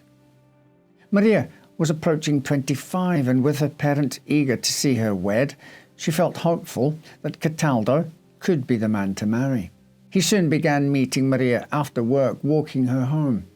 Her parents, strict and traditional, approved of the idea of marriage, but were suspicious of Cataldo's refusal to meet them properly. His casual affections turned more physical, with unwanted advances that left Maria feeling uncomfortable. She confided in her parents, who, adhering to their traditional values, forbade her from seeing him unless he proposed. Months passed without contact, but in March 1895, Cataldo reappeared outside Maria's factory. this time finally promising marriage. Her hopes were reignited. Soon after, on March 28th, while at a bar on Christie Street, Cataldo offered Maria a soda. After taking a sip, the room began to spin. Disoriented and confused, she awoke hours later in a bed beside him, assaulted, with her virginity cruelly taken against her will. Cataldo congratulated her, but Maria felt only shame and ruin. Pleading for him to marry her, she was met with vague promises. She was desperate for the legitimacy of marriage and confronted him again and again, but Cataldo always postponed it, growing more impatient and cold. Finally, on April the 20th, he revealed the bitter truth. He would never marry her. Broken, Maria and her mother Filomena confronted the man one last time at Mancuso's saloon. Her mother, furious, demanded he honor his commitment to Maria, warning him that her daughter's reputation and their family's honor were at stake. Cataldo laughed and cruelly suggested he might marry Maria if her family paid him $200, a sum far beyond their means. As her mother stormed out, Maria, desperate and humiliated, asked him one last time if he would be her husband. His reply is stated as being, "Only pigs marry," or "Only a pig would marry you." This enraged Maria, who then suddenly pulled a straight razor from her sleeve and with a swift motion slashed Cataldo's throat. Clutching his neck, Domenico staggered back, blood pouring between his fingers as he stumbled into the street. Horrified bystanders watched as he ran before collapsing on the sidewalk, where he died moments later. Maria returned home in a daze, changing out of her blood-stained clothes. But the police were quick to track her down. When they arrested her, she muttered in broken English, "Me take his blood, so he no take mine. Say me pig marry." The officers led her away to New York's Tombs prison and charged her with murder. In the aftermath of the crime, prosecutors accused Maria of committing cold-blooded murder, alleging she had premeditated the act to reclaim her lost honor and to gain access to Cataldo's savings.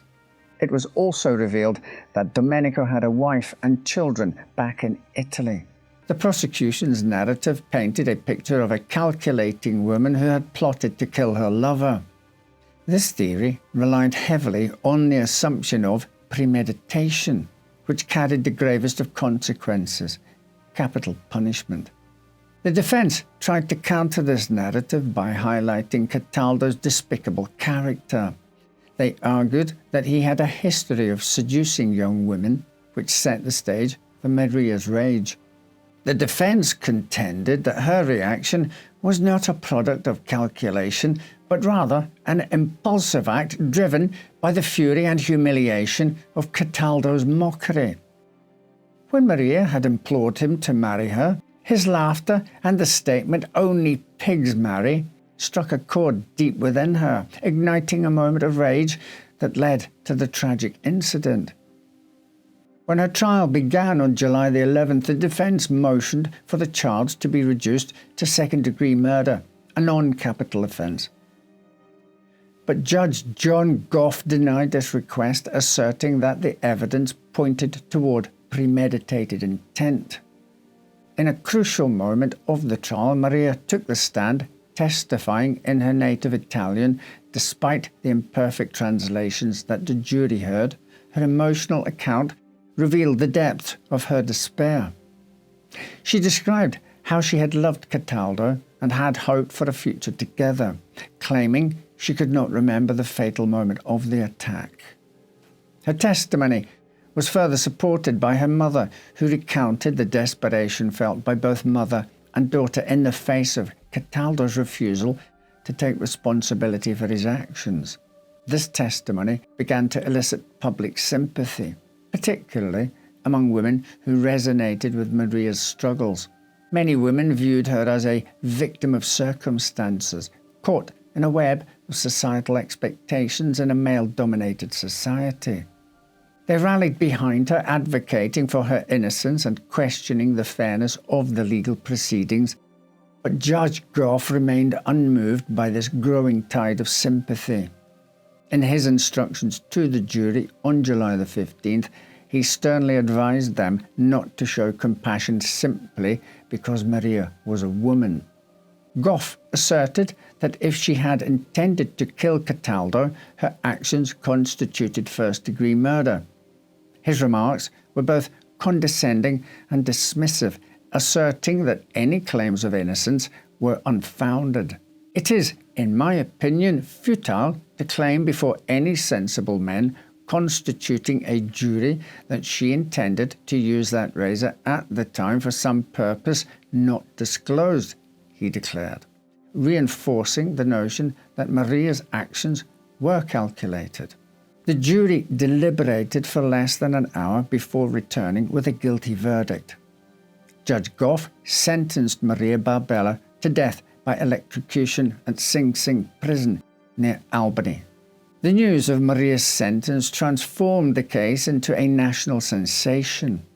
The public's outrage was palpable, with many questioning the fairness of the judicial process and the societal norms that allowed a man to exploit a woman's vulnerability without consequence.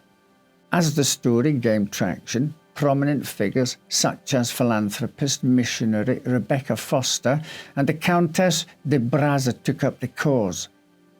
They hired new legal representation for Maria and initiated a widespread petition drive, gathering thousands of signatures, urging Governor Levi Morton to either pardon Maria or commute her sentence.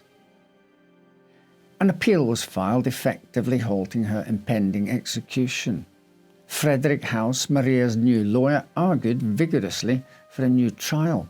He asserted that the prosecution had failed to provide adequate evidence of premeditation and accused Judge Gouffe of numerous judicial errors, including the exclusion of vital testimony that could have swayed the jury's perspective. On April the 21st, 1896, after spending 11 months in Sing Sing, the New York State Court of Appeals ruled in favor of Maria, granting her a new trial based on the argument that her defense had been severely hampered by the exclusion of critical evidence. The appellate court highlighted multiple errors made by Judge Gouffe, including his failure to maintain impartiality throughout the proceedings. She remained in jail for another 7 months before her retrial finally began on November the 16th, 1896, before a new judge, H.A. Gildersleeve. The defense was prepared to present a more robust case showcasing the Barbella family's history of mental instability and alcoholism. They called numerous Italian witnesses who testified to the mental health issues that plagued Barbella's family, suggesting that her actions might have stemmed from a hereditary condition. Maria's parents provided testimony about a previous suicide attempt she had made, describing how their daughter had once jumped from a roof and had no memory of the incident afterwards. This revelation painted a disturbing picture of a young woman battling psychological issues that they believed could have contributed to her actions. During the trial, Maria herself articulated her struggle, saying, "Sometimes I feel a machine in my head, and the pain is so great I cannot stand it." Her case benefited from Maria's newfound ability to speak English, having learned the language during her time at Sing Sing, thanks to the guidance of the warden and his wife. During her testimony, she revealed her emotional turmoil and her contemplation of suicide, asserting that she had intended to take her own life if Cataldo rejected her final plea for marriage. The razor, she claimed, was meant for her own death, not for murder. The defense further argued that Cataldo had been carrying a knife when he was killed, a fact corroborated by police reports which complicated the narrative of a premeditated attack. Character witness, including Julia Sage, the wife of Sing Sing's warden, testified to Maria's inability to commit such a calculated crime, asserting that she was incapable of premeditated murder. Throughout 9 days of grueling medical testimony, doctors supporting the defense painted a vivid scenario in which Maria had killed Cataldo during an epileptic fit, triggered by the emotional shock of his cruel rejection. While the prosecution presented experts who argued that she was fully aware of her actions at the time of the incident. In a powerful closing argument, House redirected the burden of proof onto the prosecution. He emphasized that the only undeniable truth was Maria's suffering from epilepsy, which had been exacerbated by the psychological strain of her relationship with Cataldo. Distressed at Domenico's insults and unaware of her own illness, he argued, she killed a man whom, at any rate, the city will not miss. As quickly as the jury had reached a guilty verdict during the first trial, this time, on December the 10th, they found Maria Barbella not guilty. The news swept through the courtroom, leading to a wave of relief and disbelief. She was freed immediately, spared from the electric chair that had loomed over her like a dark cloud. After her release from prison, Maria once again captured public attention when she heroically rescued a neighbour who had accidentally set herself on fire. Less than a year later, she married Francesco Paolo Bruno, a fellow immigrant from her village in Italy, and she gradually faded from the limelight. By 1899, Maria was a mother to her son Frederick, and by 1902, she was living with her parents and husband, embracing a quieter domestic life. In 1940, she was found living as Mary de Chiara with her second husband Ernesto on Pike Street in Manhattan. Maria passed away on March 24, 1950. Her story continues to resonate, reminding us of the often unseen struggles faced by women in the face of patriarchal society. Did Maria Barbella truly escape the consequences of cold-blooded murder? Or was her act a desperate response to the abuse and oppressive circumstances she faced? Let us know what you make of this case in the comments below. We end with a case that gripped the UK during the interwar period, one that remains unsolved to this day. On Saturday, the 22nd of June 1929, just after 6 p.m, a crime took place on Cross Street in Reading that would hold the attention of the British public and newspaper readers as far away as New York for months to come. That afternoon, an unidentified assailant had entered the shop of Alfred Oliver at number 15. Alfred was a 60-year-old tobacconist with a moderately successful little business in town. Above the shop, he and his wife lived alone in a small flat. From police investigations afterwards, it seems clear that the assailant had entered as a normal customer and had requested something from Oliver. When the tobacconist turned around to retrieve it from the shelf, the assailant had struck Oliver hard, most likely with a metal implement over the back of the head. Then, after Alfred slumped to the floor, they stole just over £10 from behind the counter, fleeing quickly thereafter. A short while later, Mr. Oliver was discovered by his wife, who had been out walking their dog. He was badly wounded, but still alive. It did not remain that way for long, though. Taken to the local hospital, he died a day later, just before 6 p.m. and almost exactly 24 hours after the assault. Police in Reading must have surely thought they could quickly identify the perpetrator. After all, the attack had taken place on a Saturday, on a busy market day near the centre of town. This was before CCTV or any other digital surveillance, but surely someone would have seen the person who had entered and quickly left Alfred Oliver's store on the day of the assault. However, this murder investigation would be much more complicated than that. The first line of inquiry for investigators was to try and obtain as much information as they could from the victim himself. Alfred Oliver died the day after the attack. However, he was conscious and lucid for a time before passing. Unfortunately, he had little recollection of what had occurred and wasn't able to provide much by way of useful information. Conversely, his wife was quickly able to narrow the time frame in which the attack that eventually led to her husband's death had occurred. She had gone out to walk their dog right around 6 p.m. and had returned probably less than half an hour later to find Alfred slumped on the floor. She knew she had left around 6 p.m. as the bells of the local church were being rung. The robbery had occurred during this brief window.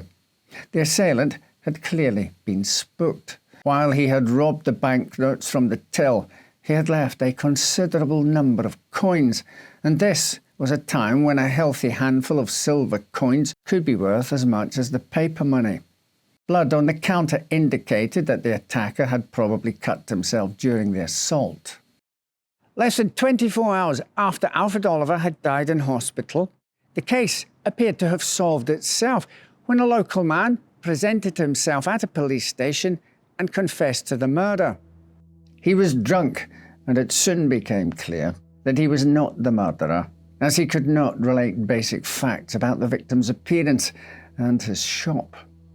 Another individual came forward to report that he had paid Oliver earlier that day with a £1 cheque.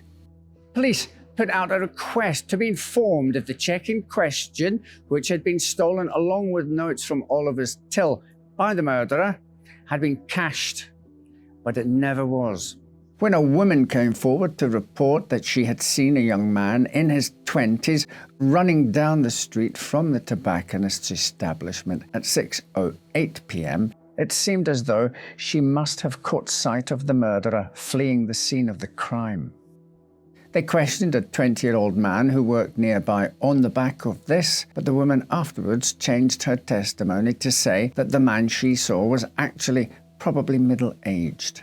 The 20-year-old did turn out to have visited Alfred Oliver's shop that evening, yet he had entered a few minutes after the attack and had simply panicked and fled when he saw the tobacconist slumped on the floor. Others were able to corroborate this. By July 1929, word of the murder had spread around England, and the police were now receiving information that was more spurious than anything concrete. For instance, a man who slept rough in Hyde Park in London claimed he had been in Reading not long after the murder and had seen someone throw a package with bloodstains on it off of a bridge there on the evening of the 22nd of June. Another concocted a story about a wandering murderous thief who had visited many English towns and cities in a crime spree that summer. It did not help that the newspapers at the time were inclined to print any story at all that seemed plausible, and by mid-July the investigators were claiming that the rumour mill had led them astray to such an extent that the scent was going cold. It was at this juncture, exactly 4 weeks after the attack on Oliver, that police received a new lead concerning an actor who fit the description of a person that some witnesses had seen near the shop on the day of the murder. The actor in question was Philip Yale Drew.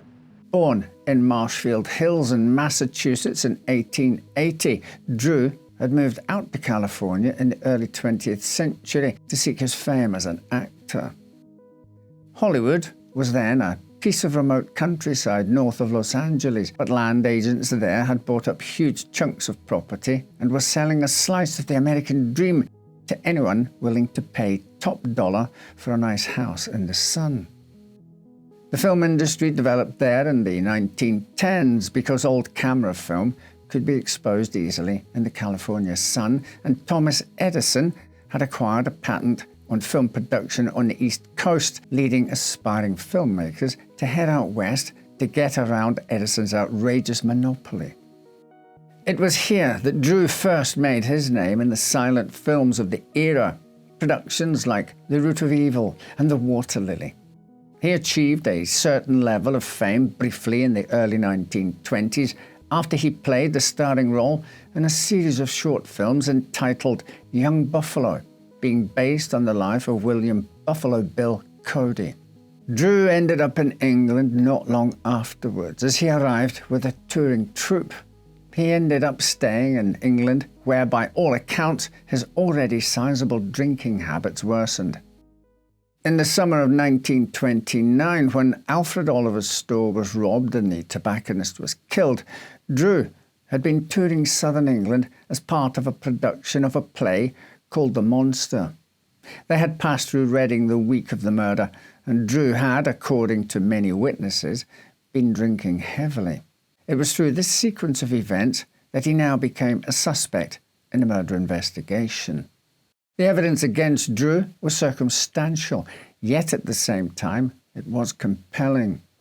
Many individuals informed police that they had seen him in and around Oliver's shop on Cross Street on the 22nd of June, and that he had been intoxicated.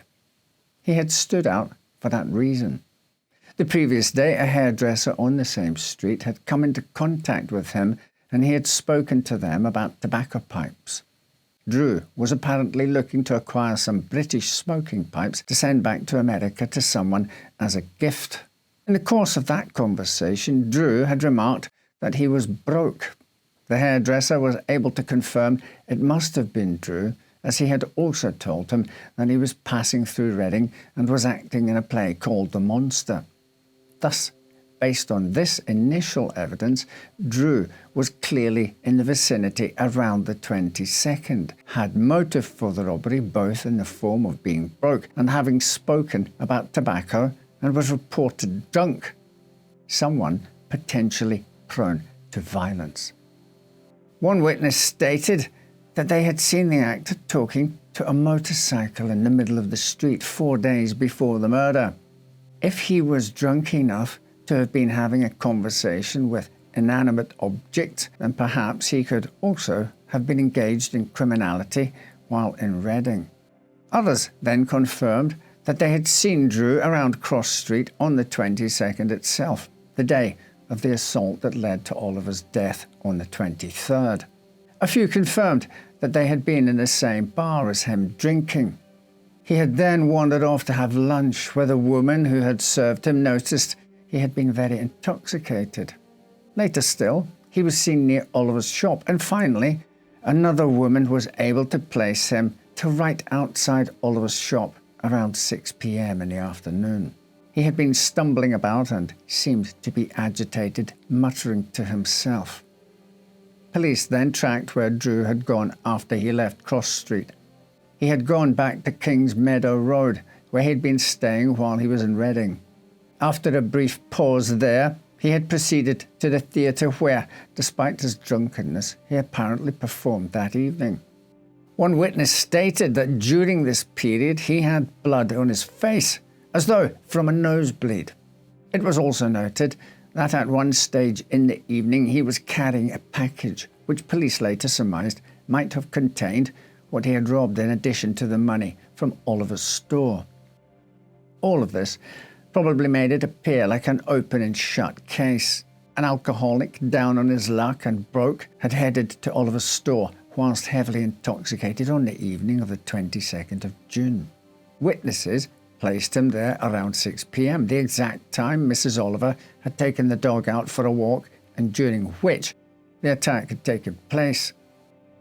Perhaps the crime was premeditated, or perhaps he decided to rob Oliver on the spur of the moment. Whichever was the case, he had struck him over the head, robbed his register, and stolen some tobacco goods, leaving the tobacconist for dead.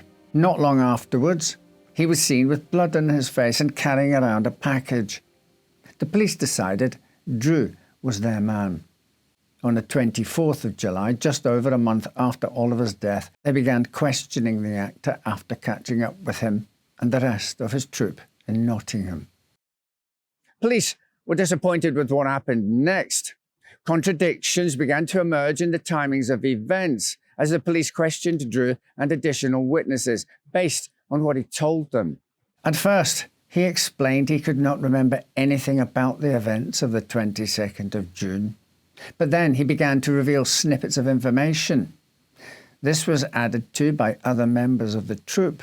From what they learned, they began to realise that some placed Drew at the theatre on the evening of the 22nd at around 6:20 p.m, which meant that he simply could not have been the person seen outside Oliver's shop on Cross Street around 6 p.m. If he had been, he could not possibly have made it back to his hotel and then over to the theatre in the time involved. They also asked to see his clothes and other effects and could not see any blood stains of any kind. Despite these issues, it was still clear that Philip was the main suspect. After all, perhaps Mrs. Oliver and the witnesses on Cross Street had gotten the time slightly wrong, or the individuals at the theatre could have been twisting the facts to try and protect their friend. Thus, they questioned him again in August, and when the case went before an inquest in October 1929, Philip was called to testify on multiple occasions. This inquest became a trial in all but name, although the actor had not been formally charged with the murder. It also turned into something of a media circus. Word had gotten out that the suspect had briefly enjoyed some fame as a performer as Buffalo Bill in a series of short films nearly 10 years earlier, and people were turning up to court just to see Drew appear. The story was even covered in the major American newspapers, with the New York Times running multiple articles on it. It all came to naught, though. As seemingly strong as the evidence against Drew was, it was all circumstantial, and police simply could not reconcile the fact that the attack must have occurred after 6 p.m. with Drew's subsequent movements. They also failed to recover either a murder weapon or any money or goods stolen from the store. As such, when the coroner and the authorities returned their verdict on the 22nd of October, they simply stated Alfred Oliver had died from wounds sustained from an assault by an unknown individual. Drew would not be formally charged with the crime. He was a free man, and the large crowds that had gathered to hear the outcome rejoiced. Despite the evidence against him, many believed he was innocent, perhaps feeling that a film star from the United States was incapable of coming to a little town like Reading and committing such a deed. Just days after the conclusion of the inquest at Reading, the case took a strange new twist. On the 27th of October, a man far to the north in the Scottish city of Glasgow suddenly confessed to the murder. Police authorities in England sent 2 police north to Glasgow to question the man and to bring him back to England if it appeared that he had committed the crime. Under questioning, the individual stated that he had been visiting Reading when a tic-tac man at the local racecourse told him about Alfred Oliver and how he kept over £50 in a drawer in his shop. The man claimed he had subsequently called to Oliver's shop and bludgeoned the tobacconist with a piece of iron from a railway before robbing him of significantly less than £50. Satisfied that they might have their man after months of investigating, the police brought him south on the train, but during the journey it became increasingly clear that the man was actually suffering from extreme delusions and had never even been outside of Scotland before. It was subsequently revealed that he had been in and out of several psychiatric units since serving in France and Mesopotamia during the First World War, and had been drinking heavily as well in the days prior to confessing to the murder. It turned out that the tic-tac man who allegedly told him about Oliver's shop in Reading was a fellow patient at a hospital in Glasgow. Once all of this became clear, the police realised they were no closer to solving the case. This was the last major development in the case. No other plausible suspects would be found, nor was Philip Yale Drew ever officially charged with the crime. That said, he appears to have lived in his own kind of purgatory thereafter. In the years that followed, he would claim that his career was destroyed as a result of the suspicion which arose surrounding his role in the murder in 1929.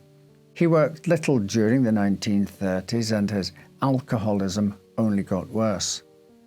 He eventually died at 60 years of age in 1940 from a combination of alcohol-related issues and throat cancer. The case continues to incite interest. In 1972, Richard Whittington Egan published a fictionalized theatrical account of Drew's possible role in it, entitled The Ordeal of Philip Yale Drew, a real-life murder melodrama in 3 acts. More recently, a play of the events surrounding Oliver's murder had been staged after initially being delayed during the COVID-19 pandemic. It's almost certain the case will never be fully resolved, though it remains one of England's more sensational interwar murders. Thank you for watching. Right then, take care, and I'll see you next time with another story to make you say, well, I never.